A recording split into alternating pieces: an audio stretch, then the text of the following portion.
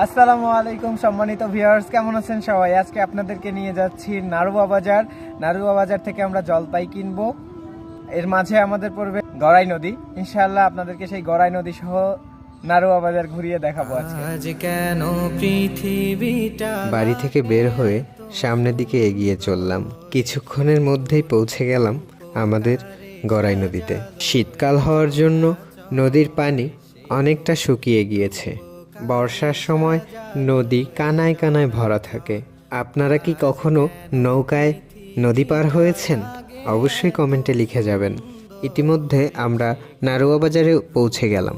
সপ্তাহে শুক্রবার এবং সোমবার এই নারুয়া বাজারে হাট বসে থাকে। পছন্দের একটি আতর পেয়ে কিনতে দেরি করলাম না।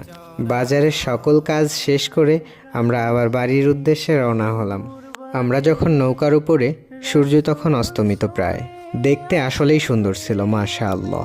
ওহ, আপনাদের তো বলাই হলো না, আজ আমার সঙ্গে ছিল আমার চাচাতো ভাই আবু সাইদ। নদীর দৃশ্য এবং আজকের ভিডিওটি আপনাদের কাছে কেমন লেগেছে অবশ্যই কমেন্ট করে জানাবেন। আল্লাহ হাফেজ।